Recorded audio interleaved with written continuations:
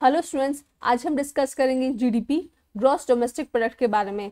हर exam के point of view से ये एक बहुत ही इंपॉर्टेंट कॉन्सेप्ट है। आए दिन न्यूज़पेपर्स में या चैनल्स में आपने सुना होगा, पढ़ा होगा। जिस प्रकार हमारी सैलरी, प्रॉफिट, हमारी इनकम होती है, उसी प्रकार किसी भी देश की जीडीपी उस देश की इनकम होती है।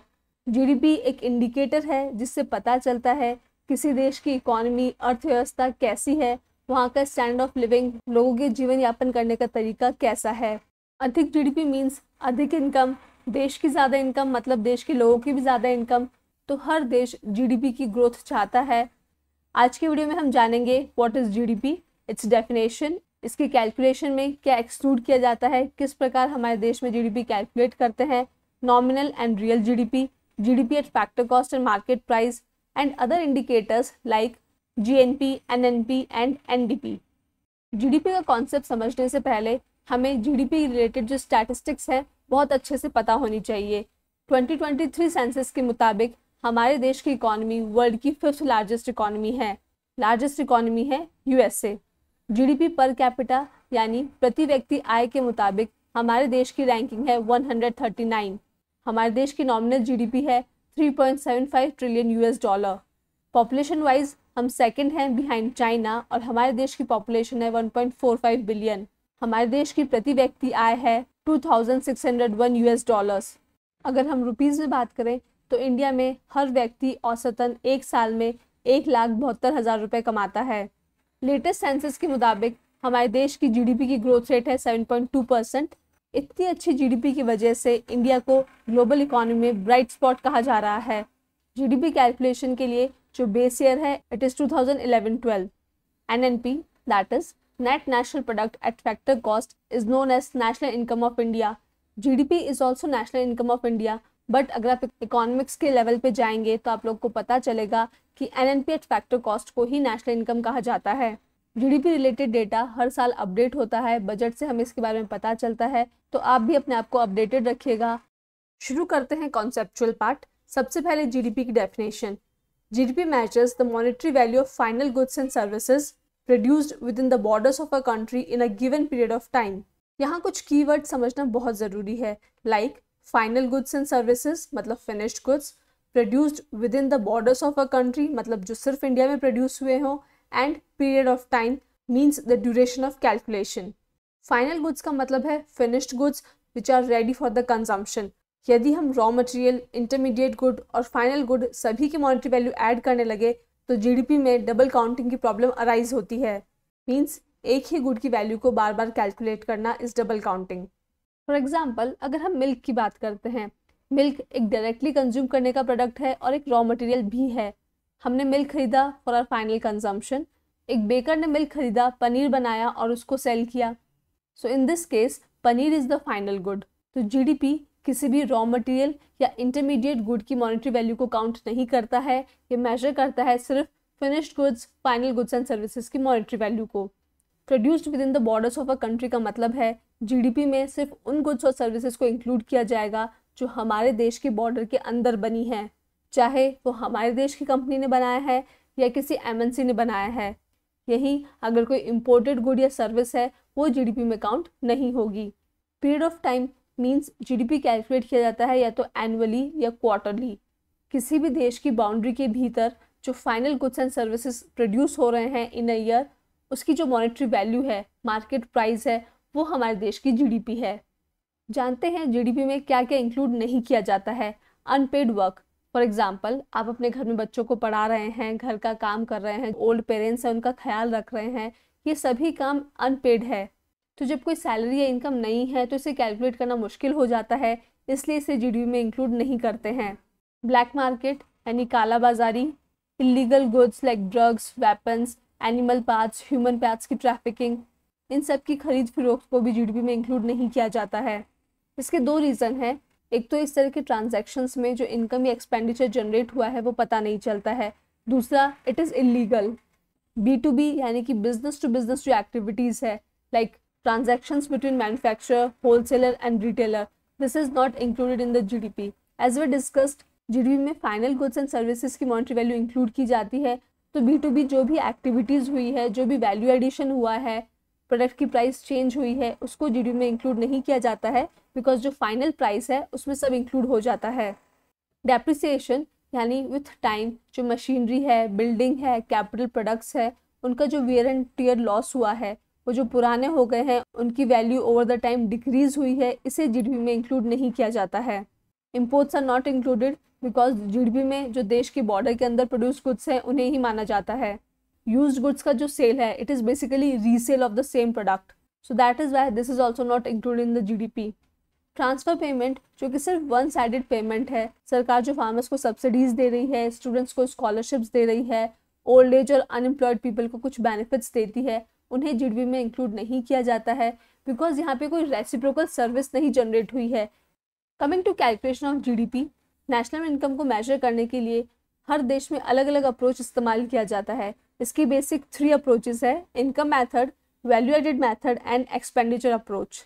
हमारे देश में एक्सपेंडिचर अप्रोच को यूज़ किया जाता है। एक बेसिक सा रूल है that expenditure is equal to your income, भले ही वो आपका कंजम्पशन एक्सपेंडिचर हो, इन्वेस्टमेंट एक्सपेंडिचर हो।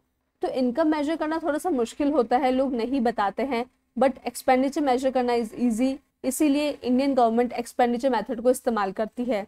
According to this method GDP is calculated by adding consumption expenditure, investment expenditure, government expenditure plus exports minus imports.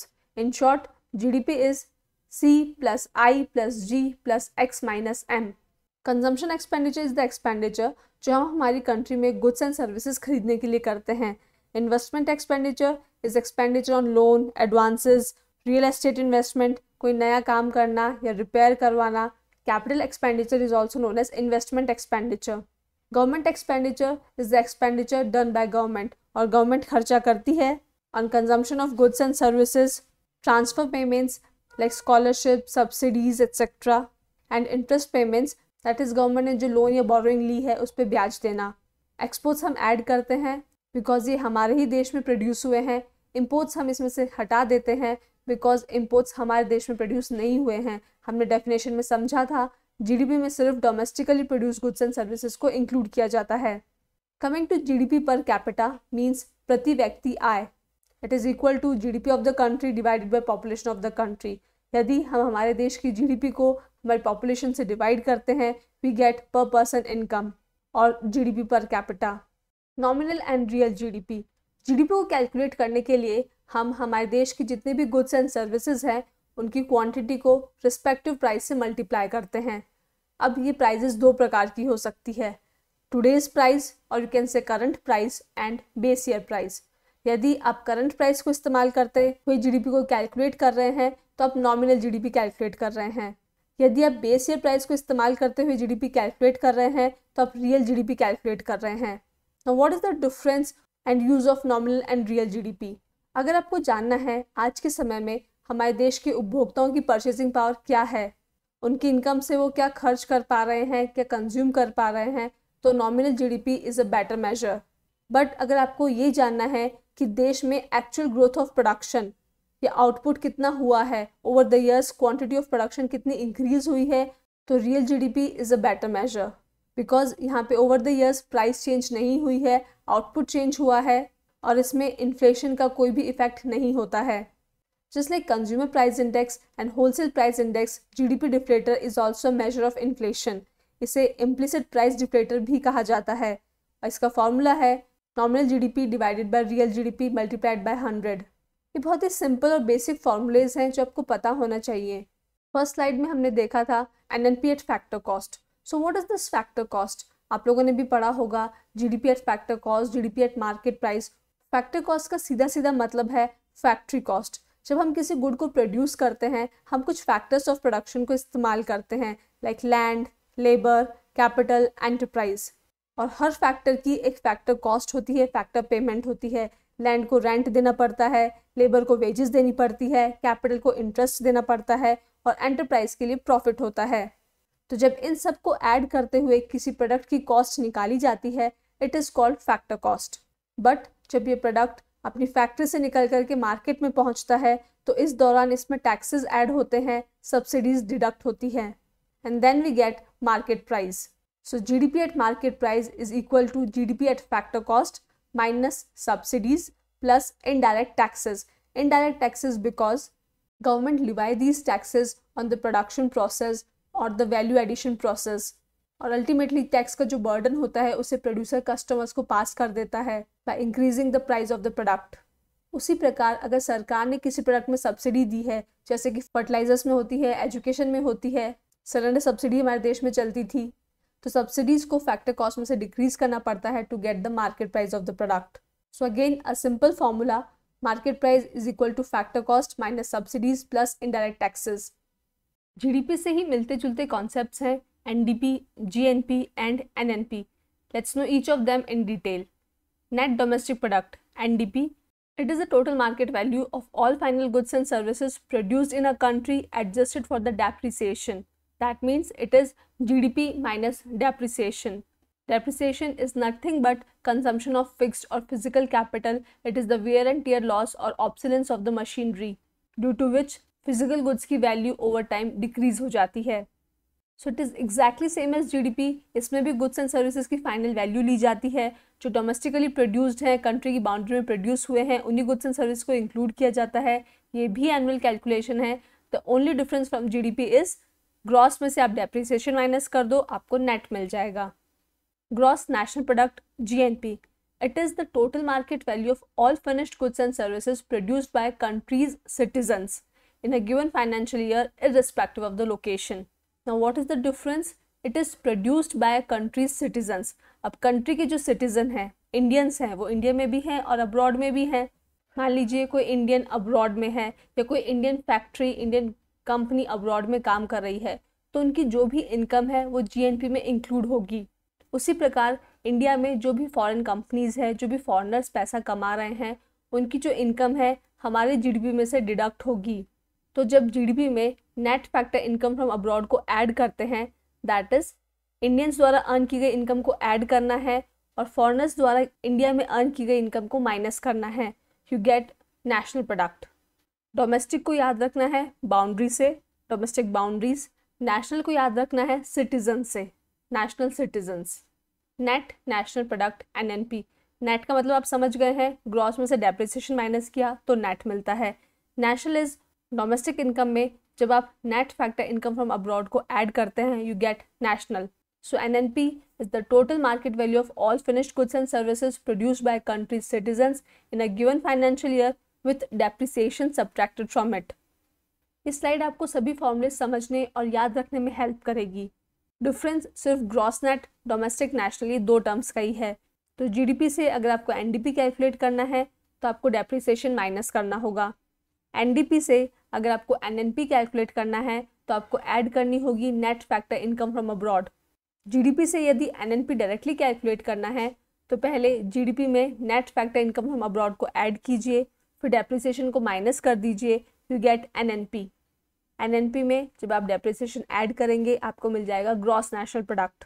Finally अगर आपको gross national product to gross domestic product जाना है तो national में net factor income from abroad को minus कर दीजिए, you get domestic product. So in short, अगर आपको ग्रॉस टू नेट जाना है, deduct depreciation, domestic to national जाना है, add net factor income from abroad, the formula is given in the note below. Factor cost to market price जाना है तो taxes को ऐड कर दीजिए, सब्सिडीज को माइनस कर दीजिए। ये बेसिक टेबल अगर आपके दिमाग में रहेगी तो आप किसी भी फॉर्मूला को बहुत ईजिली समझ पाएंगे और इजीली जो भी रिलेटेड क्वेश्चंस आते हैं एग्जाम में, अगर वो मैथमेटिकल क्वेश्चंस भी हैं तो आप उन्हें अटेम्प्ट कर पाएंगे। So students, that was all about GDP and it's related concepts. I hope आप लोग को वीडियो पसंद आया हो, समझ आया हो। आपकी जो भी क्वेरीज हैं please ask me in the comment box. आप मुझे ये भी सजेस्ट कर सकते हैं कि मुझे अगला टॉपिक कौन सा चूज़ करना चाहिए। Thank you for watching the video. Keep learning, keep revising. जय हिंद, जय भारत। डियर स्टूडेंट्स, अगर सभी एग्जाम रिलेटेड कंटेंट आप एक ही चैनल पर चाहते हो तो अभी इस चैनल को सब्सक्राइब करें और बेल आइकन को प्रेस करें। और अगर एग्जाम प्रेप को आप हाई लेवल पर ले जाना चाहते हैं तो डिस्क्रिप्शन में आपको ऐप और टेलीग्राम चैनल का लिंक मिल जाएगा। तो दोस्तों, अगर आप चाहते हो कि ऐसा ही क्वालिटी कंटेंट आपको मिलता रहे जो हेल्प करे आपको आपकी एग्जाम प्रेप में, तो सर्कल में जो गामा का लोगो दिख रहा है उसको क्लिक करें और चैनल को सब्सक्राइब करें। Thank you.